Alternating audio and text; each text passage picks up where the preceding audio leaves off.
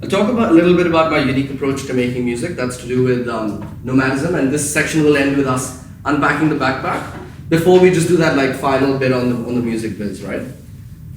Cool. So I have 3 pillars when it comes to making music, and my approach is very different because I'm not an instrumentalist, which is something I feel like quite an imposter about sometimes, just gonna say it. But also I know I have like another entry into music, right? I came from DJing into music production, so I listen very deeply and I'm able to like recreate frequencies and timings and stuff just like intuitively because of like so much DJing. So this is how I've started to approach making music now. Number 1 is I don't write tracks, I write stories. I then write and convert those stories into sound. By the way, I'm not saying that this is the way to do it. You might find that you completely lack of narrative. I'm just sharing this is my way of doing it, okay? So turn stories into sound. Number 2, I treat the world as one giant instrument. We spoke about the field recorder earlier, we'll speak about it again. The world is one giant instrument, so we'll talk about that. And the last one is about nomadism and minimalism. How minimalism, like having less, enables you to be spontaneous, which enables you to go to Oroville for the weekend with your studio, no problem, right? Cool. So with the stories to sound, the first one, as I said when I was working at Uber and all that, I just could never make music for myself. But before that, I was doing film projects and theater projects and composing sound. So in the one day alone in the camper van, I just realized like, how come I was able to finish music for directors and those guys, but not for me? And I realized it's because they were trying to tell a story. And I would be like, oh yeah, cool, okay, so it's awkward, so you need this cello over here. But for me, I was just trying to make like a nice deep house track, and like it would never happen. It would just sound so cheesy, right? So that's what I realized. And so what I did instead is I wrote 6 stories about the experiences that surrounded my little like awakening or like my like jump back to music. And I then converted those stories into sound in that place in the camper van that I showed you, okay? So if at this point, maybe it's a good time to, these are the 6 songs that I've written. They're already out, but I'm kind of remastering them for the full album release. But if one of you want to pick one, this might be a good time to actually just give you a taste of my music and how I turn stories into sound. So any volunteers? Dimple, you've been making very good eye contact throughout the presentation. Would you like to pick a song that you'd like me to play? Anyone? Fifth one. Cool, nice choice. Do you guys like rap and hip hop? I hope you do. Thanks, guys. That's one of my strange audio creations. So, I mean, any thoughts to shout out about stories, or what kind of story you think it might have had, or what story it evoked in you? Did you use a lot of sampling in this one? Yeah, for sure. So all the drums are made from my camper van. I would slam the door of my camper van and change the gear and record it with the Zoom, and I made all my drums out of that, so they're sampling there. And for the rap, where I saw like some singers singing, so when Yeah. you were in your caravan, when did you get time to collaborate with the ones which you wanted? That's a great question. So whenever I got to that part of the song, the storm part, the like darker part, I always imagine my childhood friend Sibu, who's like a really good rapper in Delhi, his voice on it. So we just got on a Zoom call one day. This is the beauty of doing it from anywhere. You really can. So I told him the story.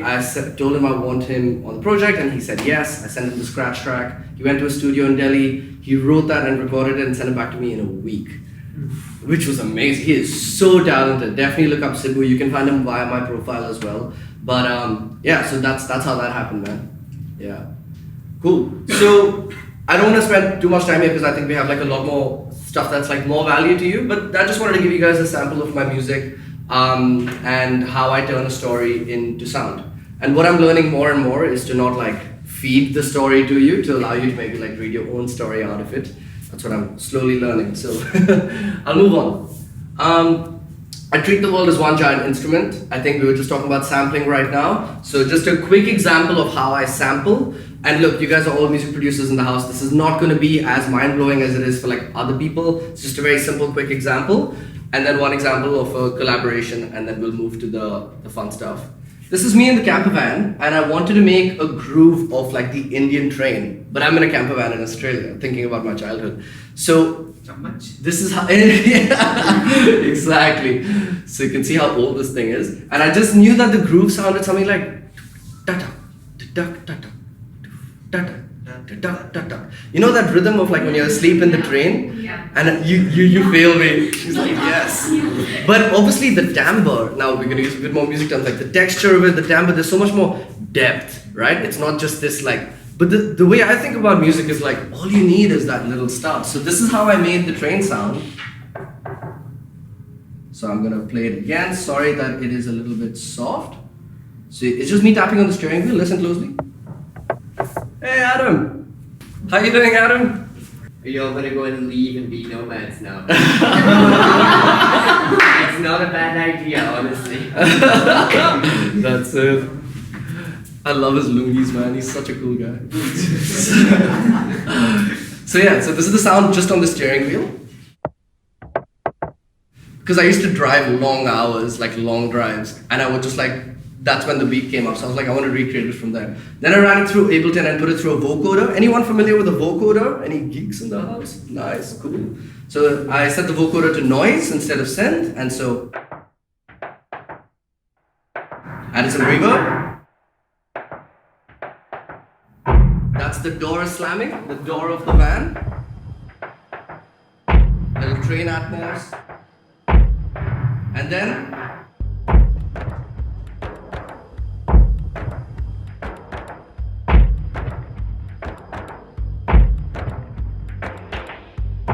so that's what my instrument looks like. It's a little dorky, but yeah, that's just an example of sampling. I'm sure you guys sample as well. That's how I like to make my sounds, so then I feel like there's a story to every creation. You might listen to a beat, but I know it's just me tapping on the steering wheel. One other example of like spontaneous collaboration that can happen with nomadism before we unpack my backpack is when I started traveling last year in India. I went to Himachal and I met this girl called Kusum, who I just knew was a great poet. She had a really nice way with words. We got along, and then we parted ways. She was going south, I was going north, and we just became like little pen pals or friends. And then I went to Ladakh. This was in June, and this is in September. I went to Ladakh, and I heard this Kashmiri man, Hashim. His voice, man, it was like that voice of God, like Nasiruddin Shah, like the power in his voice. I'm telling you, this guy, he just kept smoking and kept speaking, and I was like, bro, don't stop what you're doing, man. Your voice, you might die early, but your voice is so good. So I knew I wanted him to say something, and like that Urdu ancient, like a shairi or like a poem of some sort. But I don't speak Urdu, I don't have the words, and I'm happy to put my hand up and say that. But I know that Kusum might. So I texted Kusum and I said, hey, can you text me like a poem about love? Because I have a song epilogue that's about love and ancient love and love history repeating. So can you send like something about that? I just gave her a bit of a brief. In half an hour she did. That evening I went to Hashim, I gave him the words, and the result? लगा जैसे अजनबी नहीं नफ्स ही तुम हो भी तो कौन तुम हो भी तो क्या लगा जैसे मुस्तकबिल नहीं उम्र पास सही